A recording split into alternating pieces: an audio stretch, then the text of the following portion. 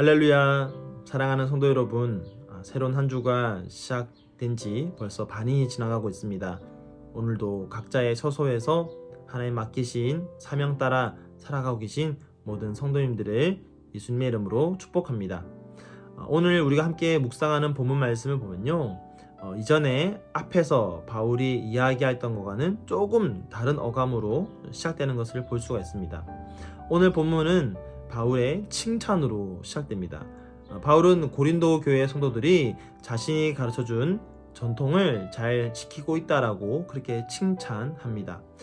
여기서 말하는 전통이라는 것은 초대교회에 전해져 내려오는 초대교회 성도들이 지켜야 할 신앙 관습, 규례, 또 일체 교리들에 대하여 말하는 것이죠. 바울은 고린도 교회에 이것을 가르쳐 주었고 또 고린도 교회 성도들은 이것을 잘 지켜왔습니다.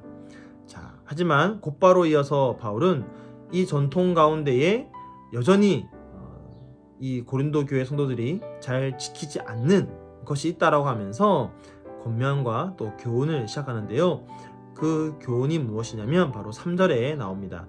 자, 3절 말씀을 정리하면 이런 것이죠. 여자의 머리는 남자이며 남자의 머리는 그리스도이며 그리스도의 머리는 하나님이시다.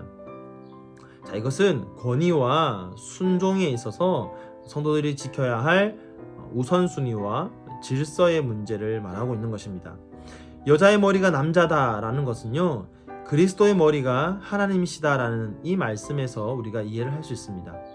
성부, 성자, 성령 하나님은요, 본질에 있어서 완전히 동일한 하나님이십니다. 그래서 일체의 하나님이라고 하죠. 하지만 실존과 사역에 있어서는 분명히 구분됩니다. 그래서 우리는 삼위의 하나님이라고 부르죠. 그런가 하면 권위와 또 존재론적으로도 이 삼위의 하나님에게는 분명한 질서가 존재합니다. 웨스트민스터 신앙 고백에 따르면요, 삼위일체 하나님을 이렇게 고백합니다. 성부는 아무에게서도 나시거나 나오시지 않으시고 성자는 성부에게서 영원히 나셨고 성령은 성부와 성자로부터 영원히 나오신다. 자, 결국 이렇게 성부와 성자의 관계를 통해서 우리는 그리스도의 머리가 하나님이시라는 이 말의 의미를 알게 되고 또 이것을 남자와 여자의 관계에도 동일하게 이해할 수 있다는 것이죠. 자, 바울은 11절과 12절에서 말하기를요, 자, 주 안에는 남자 없이 여자만 있지 않고 여자 없이 남자만 있지 아니하니라.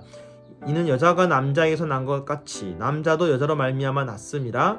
그리고 모든 것은 하나님에게서 났느니라 라고 하면서 남자와 여자 모두 하나님에게서 난 존재로서 이들은 서로에게 필요한 존재다라고 그렇게 말을 하고 있죠.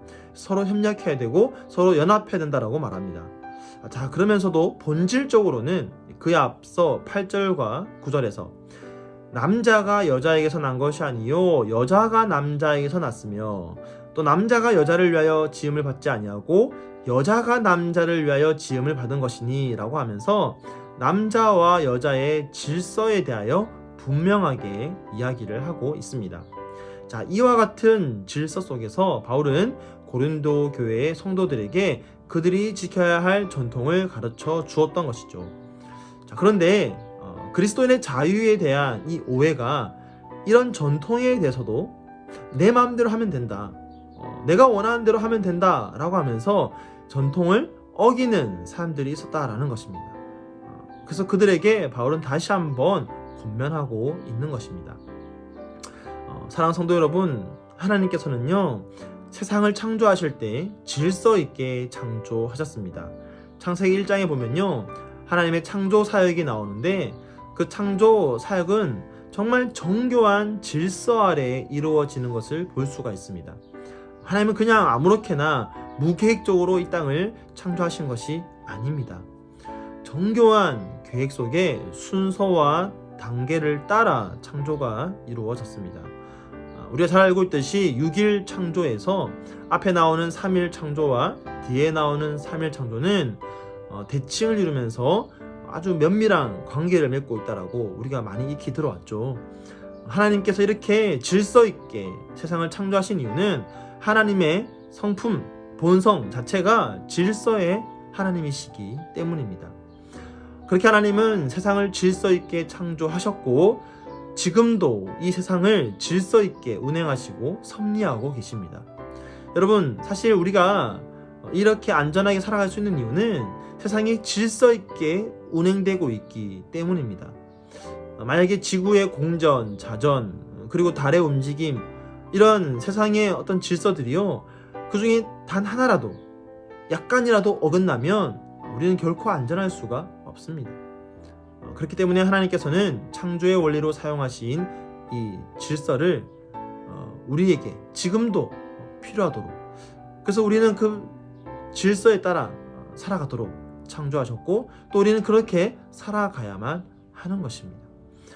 그것이 바로 우리 인간이 그 질서 아래 창조된 우리가 행복하게 살아갈 수 있는 길인 것입니다. 그런데 세대가 지날수록 또 시대가 흐를수록 사람들은요, 이런 하나님의 질서 또 창조의 질서를 깨뜨리려고 합니다. 여러분, 지금도 보십시오. 사람들은요, 점점 더 성경에서 우리에게 가르치고 명령하는 것을 거부하려고 합니다. 때로는 전면적으로 거부하고 때로는 교묘하게 거부하죠. 때로는 논리적으로 거부하고 때로는 감정적으로 거부합니다. 어떻게 성경이 그렇게 말할 수 있어? 라고 하면서 조금씩 성경에 대하여서, 성경이 말하는 질서에 대하여 반감을 가지게 만듭니다. 마치 성경이 말하는 질서는 구시대적인 유물처럼 그렇게 여기게 만든다라는 것이죠. 대표적인 예가 동성애 아닙니까? 여러분, 분명히 하나님은 남자와 여자를 만드시고 그 속에서 사랑하고 결혼하고 가정을 이루어 번성하게 하셨는데, 지금 세상은요, 이 세상 창조의 원리, 창조의 질서를 거부하게 만듭니다. 반감을 가지게 만듭니다. 일례로 이 SNS, 페이스북에 보면요, 이 가입하는 사람이 성별을 선택할 때 선택할 수 있는 성별이 무려 60개나 된다고 합니다. 모든 성별들을 다 무시하고 내가 만든 성별에 따라서 내가 선택해서 살아갈 수 있다라고 말하는 것이죠. 성경이 말하는 그런 성별의 기준은 구시대적인 유물이야 라고 하면서 반감을 가지게 만듭니다.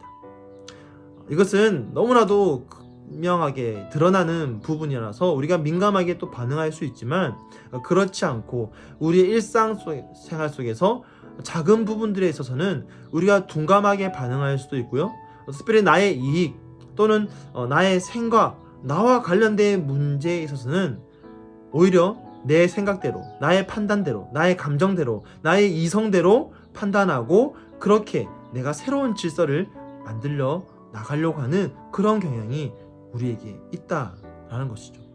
하지만 여러분, 성경이 말하는 이 질서는요, 나의 이성에 따라서 받아들이거나 또는 나의 어떤 감정에 따라서 받아들이거나 나의 기분에 따라서 받아들이고 말고 하는 그런 문제가 아닙니다. 성경에서 말씀하고 있는 그 질서는 창조의 원리이기 때문에 우리는 그 말씀을 그대로 받아들여야 합니다. 그것이 바로 우리 삶의 질서인 것이죠.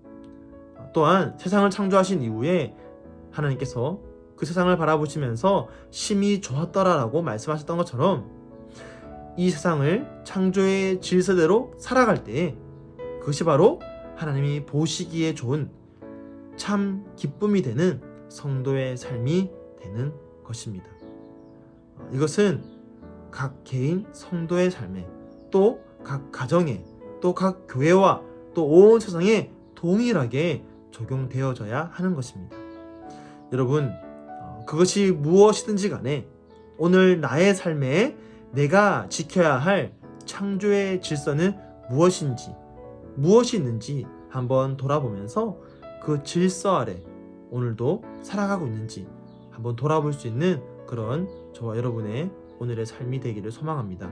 그렇게 한번 돌아보시면서 주님이 만드신 그 질서 아래 오늘도 순종하며 또 그렇게 연합하고 협력하며 하나님이 보시기에 참 좋은 그런 선을 이루어 나갈 수 있는 저와 여러분의 삶이 되기를 예수님의 이름으로 간절히 축원드립니다. 함께 오늘 말씀을 기억하면서 기도하겠습니다. 함께 기도하겠습니다.